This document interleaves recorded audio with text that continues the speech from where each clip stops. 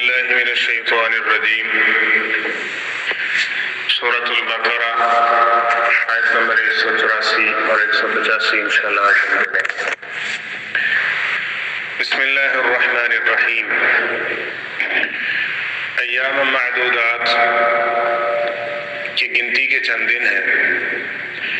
فمن کان منکم مریضا، پھر جو تم میں سے بیمار ہو، او علی سفر یا سفر پر ہو، فعدۃ من ایام اخر، تو پھر وہ گنتی پوری کر لے دوسرے ایام کو ملا کر۔ وعلی الذین یطیقونہ، اور ان لوگوں پر جو طاقت رکھتے ہیں اس کی، فدیۃ طعام مسکین، مسکینوں کو کھلانا فدیہ ہے۔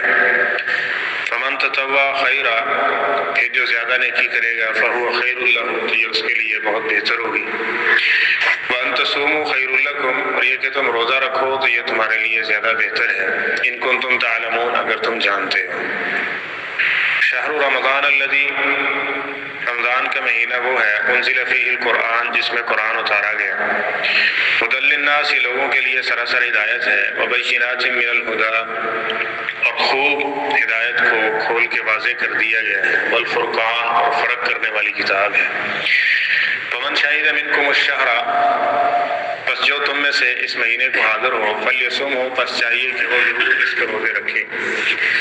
ومن کان مریضا او علی سفر، اور جو کوئی بیمار ہے یا سفر پر ہے، فعدۃ من ایام اخر، تو وہ دیگر دوسرے دنوں سے اس کی تعداد کو پورا کر لیں۔ یرید اللہ بکم الیسر، اللہ تعالیٰ تمہارے ساتھ آسانی چاہتے ہیں۔ ولا یرید بکم العسر، اور نہیں وہ ارادہ کرتا تمہیں مشکل میں ڈالنے کا۔ ولتکملوا العدہ، اور تاکہ تم پورا کرو اس تعداد کو۔ ولتکبروا اللہ، اور تم اللہ تعالیٰ کی بڑائی بیان کرو۔ علی ما ہداکم، اس پر کہ اس نے تمہیں ہدایت دے رکھی ہے۔ ولعلکم تشکرون، اور تاکہ تم شکر گزار بھی رہو۔ رمضان المبارک، اس کے ایام، ان کو گنتی کا اور محدود کہا گیا، اور جو بھی تعداد گنتی میں آ جائے وہ محدود ہوتی ہے۔ اور رمضان المبارک جو اہل ایمان ہے ان کا ایمان مزید بڑھ جاتا ہے، اور جب وہ جاتا ہے تو یقیناً ان کے لیے یہ افسردگی کا باعث ہوتا ہے۔ جس طرح آیا تو وہ خوشی خوشی میں یہ کام کر رہے ہوتے ہیں، اور جاتے ہوئے محسوس نہیں ہوتا۔ تو اگر سال کے اعتبار سے دیکھا جائے تو 12 مہینے ہیں، اور ان میں سے ایک ماہ بنتا ہے، تو یہ بھی کوئی ریشو نہیں ہے اس اعتبار سے، تو اس لیے اس کو چند گنتی کے دن کہا گیا۔ تو فرمایا جو مریض ہو یا مسافر ہو، وہ روزہ نہیں رکھ سکا 2 دن 4 دن 5 دن جتنے بھی، تو وہ صحت مند ہونے کے بعد اس گنتی کو پورا کر لے گا۔ یعنی 29 روزے تھے اس مہینے میں اس سال، تو 29 رکھے گا۔ 30 تھے تو وہ جتنے اس کے چھوٹے وہ 30 پورے کر لے گا۔ اور سیدہ عائشہ رضی اللہ تعالیٰ عنہ فرماتی ہیں، روزے رہ جاتے تھے نا جو، جس طرح خواتین وہ ایام مخصوصہ کی وجہ سے روزے نہیں رکھ پاتی، تو جو روزے رہ جاتے تھے وہ اگلے رمضان آنے سے پہلے اس کو پورا کر لینا، یہ زیادہ اولا و افضل ہے۔ فرماتی ہیں کہ جو رہ جاتے تھے شعبان میں، کیونکہ نبی کریم صلی اللہ علیہ وسلم ایسے ہی کثرت کے ساتھ روزے رکھتے تھے، تو میں وہ شعبان کے اندر ان کو پورا کر لیا کرتی تھی۔ تو جو روزے رہ جائیں ان کو پورا کرنا ضروری ہے، یہ اللہ کا قرض ہے۔ اور اگر ایک شخص فوت ہو جاتا ہے، اس کے ذمے روزے ہیں، اگر وہ بیمار تھا اس حد میں کہ وہ روزے رکھ نہیں پایا، ٹھیک ہے، یا مسافر تھا، تو وہ ایک اور چیز ہے، اس کے فدیے سے معاملہ چل جائے گا، وگرنہ اس کے ورثاء کے لیے ضروری ہے کہ وہ اس کی طرف سے روزے رکھیں گے۔ تو فرمایا کہ وعلی الذین یطیقونہ فدیۃ طعام مسکین، جو طاقت رکھتے ہیں فدیہ دینے کی، وہ روزہ نہیں رکھنا چاہتے تو کیا کریں؟ فدیہ دے دیں ایک مسکین کا کھانا، مسکین کے ایک وقت کا کھانا۔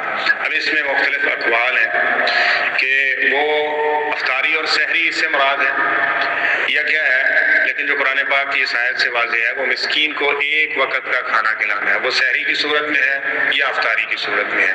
لیکن اگر کوئی فمن تطوع خیرا، زیادہ نیکی کرنا چاہتا ہے، زیادہ اجر حاصل کرنا چاہتا ہے، وہ جتنی زیادہ کرے گا فهو خیر لہ، تو اس کے لیے کیا ہو جائے گا؟ زیادہ بہتر ہو۔ وان تصوموا خیر لکم، اور یہ کہ تم روزہ رکھو تو یہ تمہارے لیے زیادہ بہتر ہے، یہ زیادہ بہتر ہے۔ ان کنتم تعلمون، اگر تمہیں علم ہے۔ اب علم کس چیز کا ہے؟ دنیاوی اعتبار سے تو یہ نہیں ہے نا، یہ اخروی اعتبار سے یہ علم ہے نا کہ اس کا اجر کتنا ہوگا، اس کا احساس کتنا ہے، اللہ تعالیٰ انعام و اکرام کتنا عطا کریں گے، تو یقینی بات ہے وہ روزہ رکھنے کی کوشش کرے گا۔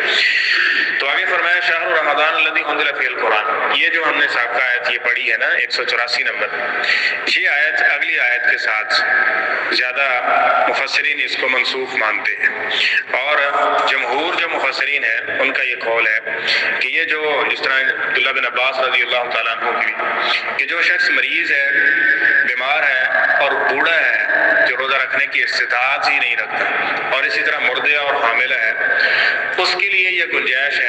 اس کے علاوہ جتنے بھی ہیں سب کے لیے اگلی آیت کے ساتھ روزے رکھنے فرض کر دیے گئے۔ شروع اسلام میں 2 ہجری میں یہ فرض ہوئے، اور لوگوں کے اندر اتنے حالات بھی اتنے بہتر نہیں تھے، تو اس اعتبار کو کہ اگر کوئی روزہ نہیں رکھنا چاہتا، فدیہ دینا چاہتا ہے، تو اس کی جگہ پہ فدیہ دے دے۔ لیکن بعد کے اندر اگلی آیت کے ساتھ اس کو فرض قرار دے دیا گیا کہ فدیہ نہیں، بلکہ جو استطاعت رکھتا ہے وہ مریض نہیں ہے، مسافر نہیں ہے، حد سے زیادہ یعنی ایسے سمجھ لیں کہ بوڑھا جو روزہ رکھنے پہ استطاعت ہی نہیں رکھتا، اس کے اوپر یعنی ایسا ہے تو اس کو گنجائش ہے۔ لیکن اگر وہ ایسا نہیں ہے، یعنی بوڑھا اس حد تک نہیں ہے کہ وہ روزہ رکھ ہی نہیں پاتا، رکھ سکتا ہے، تو اس پر رکھنا ضروری ہے۔ تو اگلی آیت میں وہ باتیں آ رہی ہیں۔ فرمایا شہر رمضان الذی، اب رمضان کے مہینے کی مزید فضیلت ذکر کی جا رہی ہے، وہ یہ ہے کہ اس کے اندر اللہ تعالیٰ نے قرآن پاک کو نازل کیا، اور کس رات میں نازل ہوا؟ انا انزلناہ فی لیلۃ القدر، لیلۃ القدر میں نازل ہوا۔ لیلۃ القدر کہاں ہوتی ہے؟ رمضان کے آخری عشرے کے اندر۔ یہ پیچھے شب برات گزری ہے، ٹھیک ہے۔ اب وہ ساری فضیلتیں اٹھا کے انہوں نے جو لیلۃ القدر کی تھی وہ کس کو دے دی؟ شب برات کو دے دی۔ اب شب برات بدعت کی طرف سے اگر آپ کچھ عمل کریں گے، چاہے وہ نفل پڑھ رہے ہیں، صدقہ کر رہے ہیں، کھانا بانٹ رہے ہیں، کچھ بھی کر رہے ہیں، تو وہ گلے کی ہڈی بن رہے ہیں اور انسان کو گمراہی کی طرف اور آگ کی طرف لے جا رہا ہے۔ کس وجہ سے؟ بدعت ہونے کی وجہ سے۔ اور دوسرا نقصان اس کا کیا ہوا کہ جو اصل رات لیلۃ القدر کی تھی، جس کو ڈھونڈنا چاہیے تھا آخری طاق راتوں میں، اس کی اہمیت ہی ختم ہو گئی۔ اس کے لیے لوگ اٹھتے جاگتے اور اس کی عبادت کا اہتمام اس حد تک کرتے نہیں ہیں جتنا وہ وہاں کرتے ہیں۔ کہتے ہیں بازی پہلے ہی بخشوا لے رمضان میں، ہمیں کیا کرنے کی ضرورت ہے؟ کئی آپ کو ایسے مل جائیں گے اور ساڑھی سے پہلے 15 شعبان کو سب کچھ ہو گیا، سانوں کی روزے رکھنے کی ضرورت ہے، ہمیں کیا جاگنے کی ضرورت ہے، ہمیں تراویح ساری یہ ساری اس میں شامل ہونے کی۔ اب وجہ کیا؟ نقصان کیا ہوا؟ نبی کریم صلی اللہ علیہ وسلم کا وہی فرمان پورا ہوا، جب کوئی شخص بدعت ایجاد کرتا ہے تو اللہ سنت کی محبت اور سنت کی جو لذت ہے اور سنت کا جو فائدہ ہے وہ اس سے چھین لیتا ہے، اس کو محروم کر دیا جاتا ہے اس سے۔ تو اس بدعت کی وجہ سے کیا ہوا؟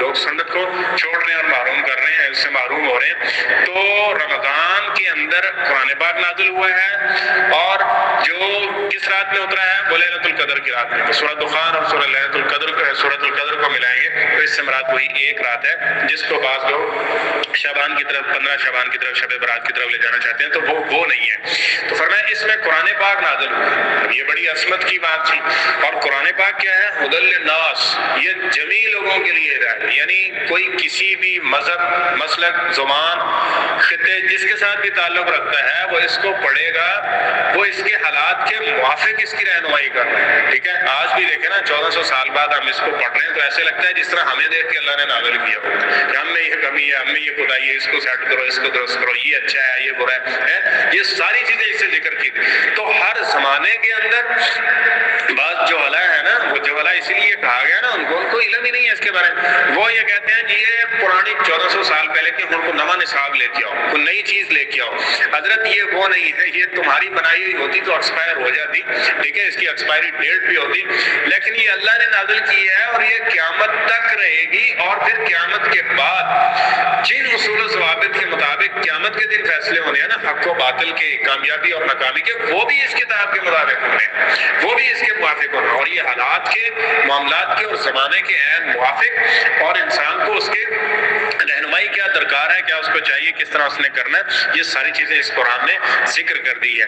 اور اسی طرح فرمایا وَبَيِّنَاتٍ مِّنَ الْهُدَىٰ، ہدایت ہی نہیں بلکہ ہدایت کو خوب کھول کر واضح کر دیا ہے۔ اب مفسرین فرماتے ہیں کہ اس سے مراد کیا ہے، وَبَيِّنَاتٍ مِّنَ الْهُدَىٰ، یہ قرآن پاک کی ایک صفت ہے، جس طرح نبی کریم صلی اللہ علیہ وسلم نے فرمایا الا خوب سن لو انی اوتیت القرآن، اللہ تعالیٰ نے مجھے قرآن عطا کیا ہے، وَمِثْلَهُ مَعَهُ، اور اس کی مثل بھی مجھے عطا کی ہے۔ وہ مثل کیا ہے؟ وہ قرآن پاک کی وہ تشریح اور توضیح ہے جو نبی کریم صلی اللہ علیہ وسلم نے فرمائی ہے۔ آپ علیہ السلام کی وہ زندگی ہے جو قرآن پر عمل کرنے کا ایک عملی نمونہ ہے اس صورت کے اندر۔ تو قرآن اور حدیث یہ ایک بہترین نمونہ ہے اور قیامت تک کے لیے لوگوں کے لیے ہدایت ہے، اور اس کو واضح کر رہی ہے کہ قرآن پاک پہ عمل کیسے کرنا ہے، کس طرح سے کرنا ہے، اور یہ نماز ہے، روزہ ہے، اس کو پڑھنا کیسے ہے، کب رکھنے، ان ساری چیزوں کو ذکر کر دیا گیا۔ اور اسی طرح فرمایا والفرقان، قرآن پاک کی ایک خاصیت یہ ہے کہ یہ فرق کر دیتا ہے۔ آپ قرآن پاک کو صدق کے دل کے ساتھ اس کو ترجمے کے ساتھ سیکھے پڑھے، اور پھر یہ کہے کہ یہ بھی ٹھیک ہے وہ بھی ٹھیک ہے، جو جتنے لگا ٹھیک ہے، یہ ہو ہی نہیں سکتا۔ یہ تصور سب سے پہلے قرآن یہی دور کرتا اور ختم کرتا ہے۔ سب سے زیادہ جو موضوع ذکر کیا گیا وہ توحید اور رسالت ہے۔ توحید کیا ہے کہ ایک اللہ کی عبادت کسی دوسرے کی، فرق بھی ہو گیا، باتیں بھی کر دی۔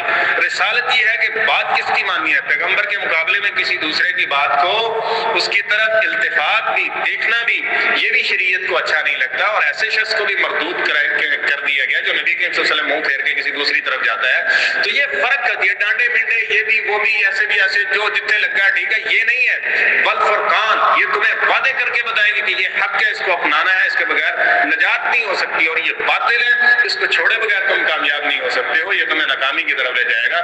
تو اس لیے یہ فرق کر دیتی ہے، وعدے کر دیتی ہے ان چیزوں کو، تو اس لیے اس سے جڑنا، اس کو پڑھنا۔ پھر رمضان کا قرآن پاک کے ساتھ ایک خاص تعلق ہے انشاءاللہ، جو آگے چلتا رہے گا اور ہم بیان کریں گے، ذکر ہوتا رہے گا، اور انشاءاللہ اللہ تعالیٰ سے ہم توفیق کا ابھی سے سوال کرتے ہیں کہ اللہ تعالیٰ ہمیں اس کی توفیق بھی عطا فرمائے۔ تو آگے فرمایا فمن شاہد منکم الشہر، یہ وہ آیت کے وہ لفظ ہیں جس کے ساتھ سابقہ آیت کو مقید کر دیا گیا یا پھر اس کو منسوخ۔ وہ کیا ہے کہ جو بھی اس مہینے کو حاضر ہو، ٹھیک ہے، فلیصم ہو، یہ صیغہ امر کے ساتھ چاہیے کہ ضرور وہ اس کے روزے رکھے۔ تو اس آیت کے ساتھ روزے رکھنا فرض ہے، الا یہ کہ وہ مریض ہے تو اس کو بعد میں پورے کر لے اس کی تعداد۔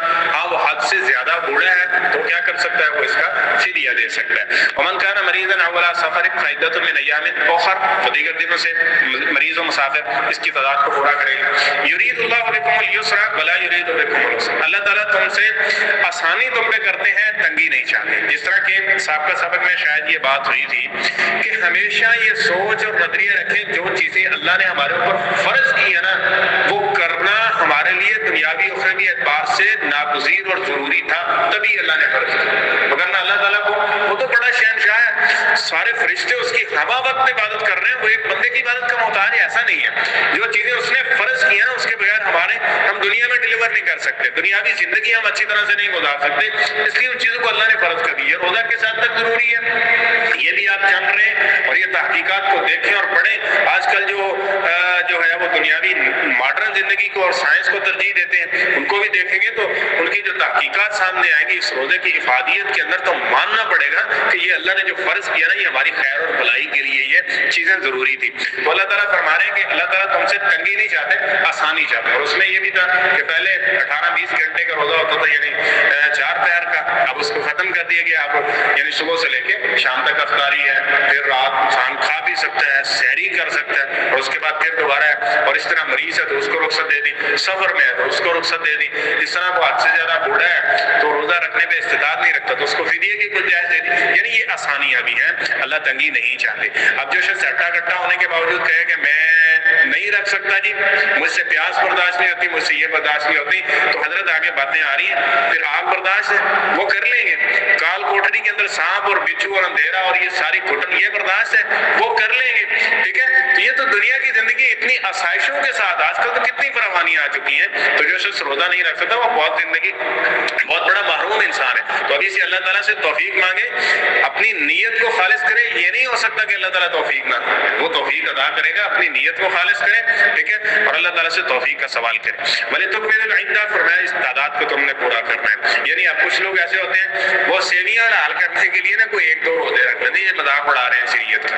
فرمایا وَلِتُكْمِلُوا الْعِدَّةَ، تم نے عدت اس کی تعداد کو پورا کرنا ہے۔ کچھ جمعرات کا روزہ رکھ رہے ہیں، کچھ جمعے کا روزہ صرف رکھ رہے ہیں۔ حضرت جو یہ رمضان کے روزے ہیں یہ سارے کے سارے فرض ہیں، کوئی ایک روزہ بھی جان بوجھ کے چھوڑتا ہے نا تو اس نے بہت بڑا جرم کیا ہے۔ نبی کریم صلی اللہ علیہ وسلم نے فرمایا وہ ساری زندگی بھی روزہ رکھتا رہے نا، ایک روزہ جس نے جان بوجھ کے چھوڑا ہے ساری زندگی روزہ رکھتا رہے اور کہے کہ میں اس کے اجر کو پالو نہیں پا سکتا، اس کی برابری نہیں کر سکتا، عذر ہے تو وہ اپنی جگہ، لیکن جان بوجھ کے بغیر عذر کے جس نے ایک روزہ چھوڑا ساری زندگی بھی روزے رکھے نا تو اس کے وہ روزے رکھنے اس کے ایک روزے کے برابر نہیں ہو سکتے۔ اللہ پوچھے گا اس سے یہ کیوں چھوڑا ہے تم نے جان بوجھ کے، یہ اتنا بڑا جرم ہے۔ تو اس لیے اس سے اپنے آپ کو ہمیشہ بچانے کی کوشش کریں۔ بھلے تو کبر اللہ علی ما ہداکم، اور اس کے بعد اللہ تعالیٰ توفیق دے رہا ہے، اس رمضان میں آپ تلاوت کر رہے ہیں، روزے رکھ رہے ہیں، تراویح پڑھ رہے ہیں، صدقہ و خیرات کر رہے ہیں، زیادہ سے زیادہ نیکی کر رہے ہیں، تو ریاکاری نہیں آنی چاہیے، کیونکہ ریاکاری سب کو بزم کر کے رکھ دے، ساری نیکیاں برباد کر دے، اس میں اللہ کی بڑائی بیان کرے۔ اللہ تیرا شکر ہے، تیری توفیق کے ساتھ یہ سارا ہوا